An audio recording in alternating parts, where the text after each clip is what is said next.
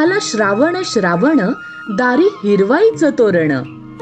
व्रतवैकल्याचा हा श्रावण गोकुळच्या श्रीखंड आणि बासुंदीने आणखी मधुर करूया.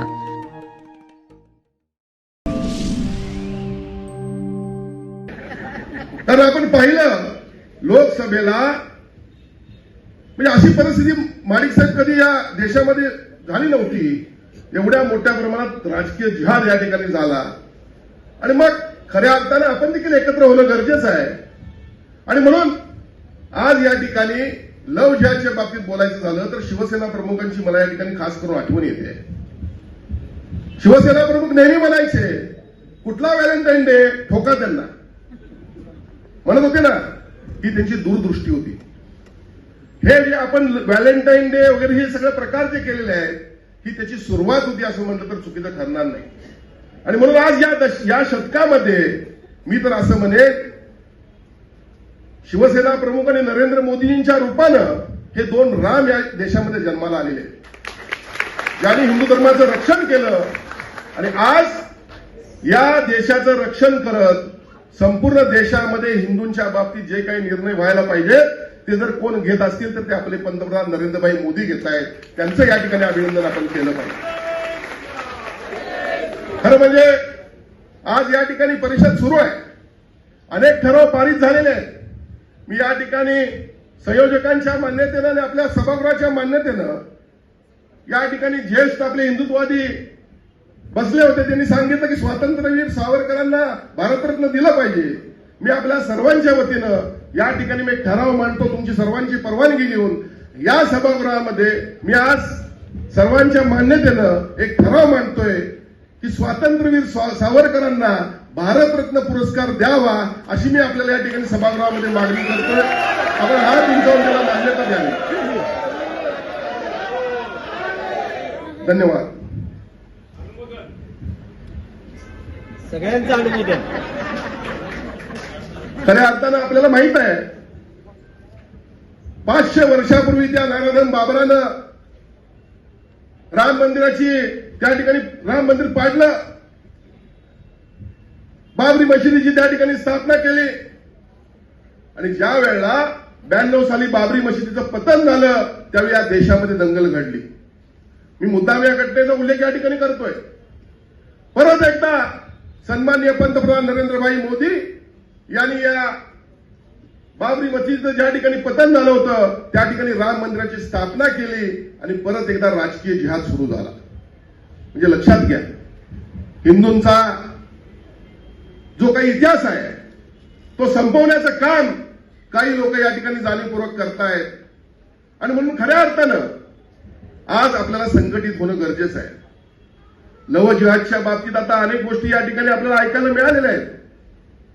खरं म्हणजे आज तुम्हाला वाटतं ना आम्ही तुमच्यावर अन्याय करतो, तर तुम्ही तुमच्या मुलांना सांगा, तुम्ही तुमच्या युवकांना सांगा ज्या गोष्टीमुळे हिंदू आणि मुस्लिमांच्या मध्ये फूट होते, भांडणं होत आहेत, वाद होत आहेत, तर तुम्हाला देखील तितकंच पाळणं गरजेचं आहे.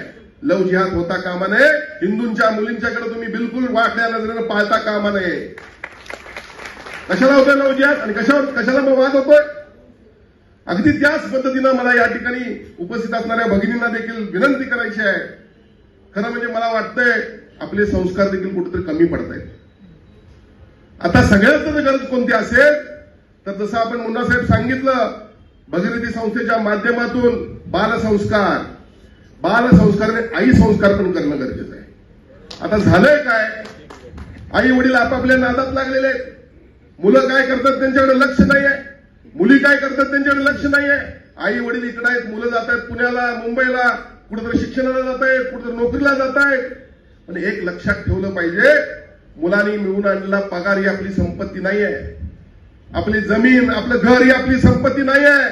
तर आपली संपत्ती आपली मुलं आहेत, ती व्यवस्थित राहिली पाहिजे. त्यामुळे त्यांच्यावर नजर आणि लक्ष असणं गरजेचं आहे. बंधू भगिनीनो, मी जास्त वेळ घेणार नाही. या ठिकाणी बाळ महाराजांना आपलं मनोगत व्यक्त करायचं आहे.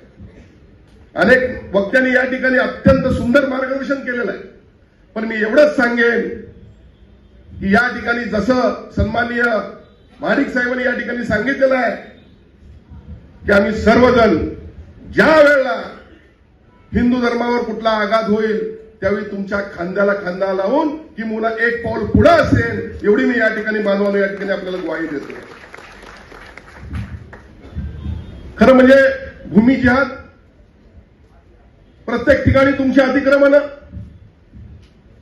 बघा. फुलेवाडीला अतिक्रमण होतं, तुमच्या जागेत मानलं होतं का तुम्ही? नव्हतं ना. मग तुम्ही अतिक्रमण करता का?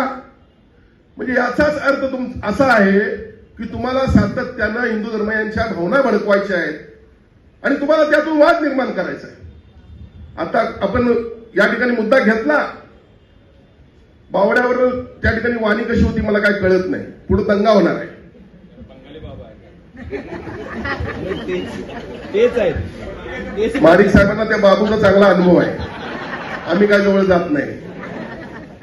आणि म्हणून राजकारणासाठी या ठिकाणी मताची पोळी भाजून घेण्यासाठी जे कोणी हिंदूंना दुय्यम स्थान देत असतील तर मी आजच्या या परिषदेच्या माध्यमातून तमाम या राज्यातील हिंदू बांधवांना विनंती करतोय की यांना वेळीच आपण ओळखलं पाहिजे आणि खऱ्या अर्थानं हिंदू विचाराच्या पक्षांच्या पाठीमागे आपण राहणं गरजेचं आहे. एवढी विनंती मी या ठिकाणी आपल्याला करतोय.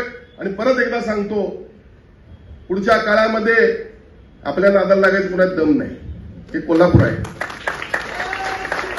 काही वळवळ सुरू आहे, गेल्या काही दिवसामध्ये कोणतं रस्त्यावर उतरत आहे, पण ज्या वेळेला आम्ही रस्त्यावर उतरू त्यावेळी तुमची पळता भुई थोडी होणार नाही एवढं तुम्हाला या ठिकाणी सांगतो. आणि आपण सर्वांनी पुढच्या या लव जिहाद, हलाल जिहाद, भूमी जिहाद आणि आता चाललेल्या राजकीय जिहादाला उत्तर देण्यासाठी हिंदूने एकत्रित एक संघ राहावं एवढी विनंती या ठिकाणी करतो आणि थांबतो.